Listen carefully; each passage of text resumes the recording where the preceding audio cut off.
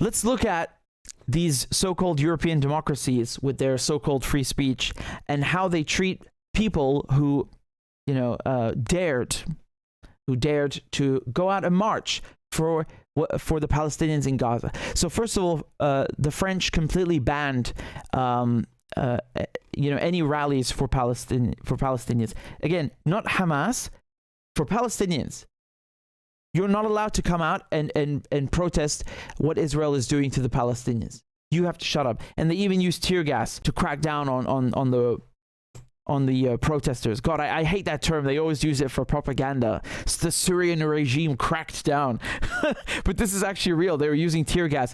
And I want to show you how disgusting this is. They even went and beat up Jews in France who had come out to protest alongside the Palestinians. Look at this. Look at how unhinged the police are. They are the ones who are actually anti-Semitic because they are okay with Israel killing Arabs, and then they come and beat up Jews who are also against Zionism.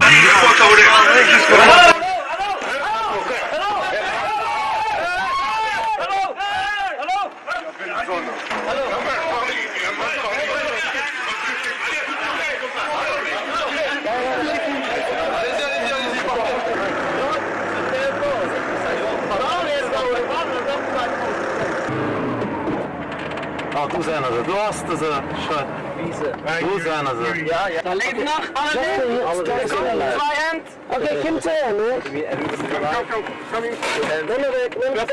The Zionim are very violent everywhere in the whole world, and here in France, the young man here got hit violently, and even the police were shocked. They didn't react. They didn't know what to do. But for us, it's not a surprise.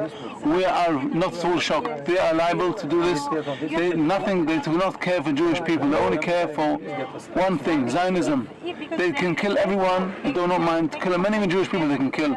If Zionism has to win, Zionism is the biggest enemy of the Jewish people. And this is Amalek, and they fight against HaKadosh Baruch Hu, and this is that's why they're bringing bloodshed to the Jewish people. The only place in the world where Jewish people are being killed is in Palestine, because they are fighting the Goyim and fighting HaKadosh Baruch Hu. When you fight HaKadosh Baruch Hu, there's no peace. HaKadosh Baruch Hu makes sure the Goyim no peace with you, and they have no. Look at this in Germany. The Germans have banned any rallies and tried to replicate what France did. And people actually, the French police were not able to stop people coming out in Paris. Just look at this.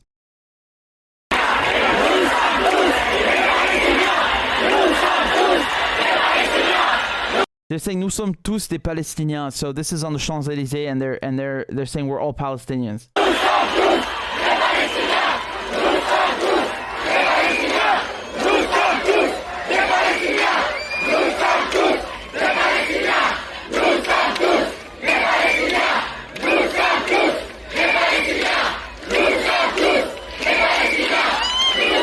Yeah, so they then came with the tear gas and so on, and they do the usual thing with sending the CRS, the riot police in France.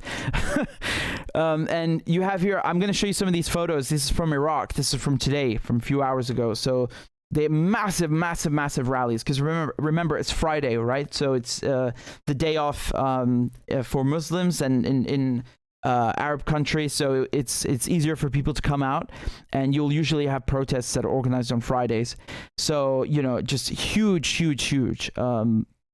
Remember, Iraq has the Hashd al-Sha'bi, the Popular Mobilization Forces, so that's considered part of the resistance axis, and therefore aligned with Hezbollah, Hamas, Iran, Syria. It's kind of cool because these groups don't share the same, beliefs, political beliefs, religious beliefs, or domestic or foreign policies. They just share one goal, though, which is national liberation and getting rid of colonizers, be it the Americans or the British or the Israelis. So that is cool to see them working together, because you need to have a strong alliance, and through unity. By having the Arabs unite, they become stronger. And it's not just the Arabs. Again, you have Venezuela, which is considered part of the resistance axis, or Iran. So people came out all over the place. Here, I'll show you. This is in Aleppo in Syria.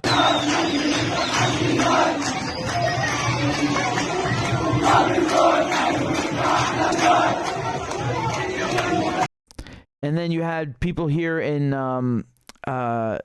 so hold on, I wanted to show you the one in Yemen, the one in Jordan.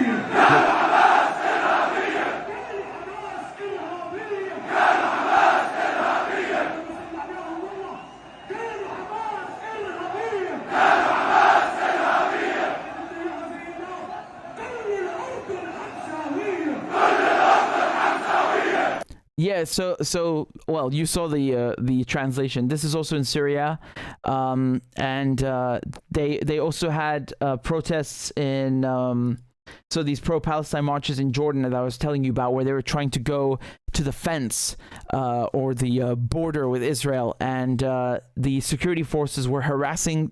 So the security forces in Jordan were harassing Jordanians, right? Like, instead of just opening the border and letting them go and march and take back Palestine, they keep them in check. You know, it's ridiculous. Yeah, so people just like I said, they were doing marches all over the place, really all over the Arabic world, and also outside the Arabic world. So in Iran, they had huge rallies almost every single day, you know. But today's rallies were the biggest, and I just want to show you like the irony, because you know you're not allowed to open your mouth about Israel in the West, but yet it's freedom of expression. And you know, if you don't support Israel, you're an anti-Semite. If you don't support Ukraine, you're a Russian asset or Putin puppet or something. You know, they always have like these stupid catchphrases to just shut you up and label you and put you in a corner if you don't comply with their propaganda on the border. So between Jordan and occupied Palestine. So they're using tear gas on them.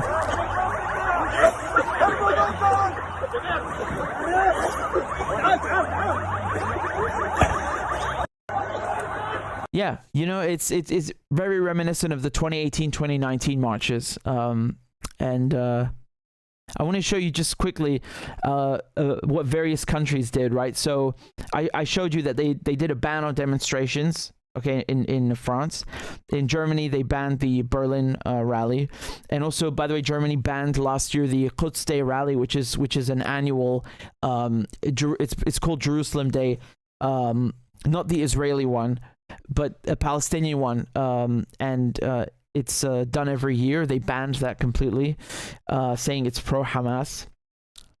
So you know they're using this line about Hamas being terrorists so they can justify taking away people's civil liberties, their right to protest, their right to criticize Israel. That's what it's about. It's like after 9/11, you know, in the name of combating terrorism, we have to take this away from you. We have to spy on you. We have to do this and that. And then, you know, it's any notion of democracy or you know, all the bullshit that they tell you about Israel being a democracy and human rights, and we have in common, they share the same European values. What values? They're eroded and long gone. So Netherlands, they said that pro-Hamas demonstrations would be intervened in by mayors because of concerns regarding anti-Semitic expressions. Once again, you need to understand something. Arabs are Semites. The real anti-Semites, are the Israelis. Why? Because the Israelis are not from Palestine. They're colonial settlers, and they have built Israel at the expense of Palestinians, at the expense of Semites. They're bombing Syria, they're bombing Palestine, bombing Lebanon. They've invaded each one of them, you know, and colonized them and stolen land and killed their people. They are the anti-Semites. The Israelis are the anti-Semites, like actually, literally anti-Semites. So they want to keep throwing this word around. Let's look at what the bloody word means. And the definition of a Semite is someone who is from the Levant, who is Semitic people that speak a Semitic language. Arabic is one of them, right? So Arabs are Semites. So how the hell can Arabs be anti-Semites? This literally does not even make sense. It makes no sense whatsoever. And they want to use this word. So do you see how the Israelis, the Zionists, take the land? They then take the food even, and take the ethnicity. So they say, hummus is now Israeli. This land is now Israeli. Semites themselves are now Israeli. You know, it just complete appropriation and theft of the entire identity. It's insane that they get away with this. Really, really insane. So This is why it's important to dissect all of the Israeli propaganda, to teach people history, to teach people the meaning of the words that are used, and even the word terrorism. Who are they calling terrorists? Who actually fits the definition of this word? It's not Hamas. Hamas is a guerrilla fighter group. Israel is the one that, as a matter of policy, with the Dahiyya doctrine, terrorizes the Palestinians, is committing genocide against the Palestinians, ethnically cleansing the Palestinians. How the hell can they call anyone terrorists? They are the last people on earth to call anyone terrorists and anti-Semites. I mean, the irony here is blistering. It is blinding.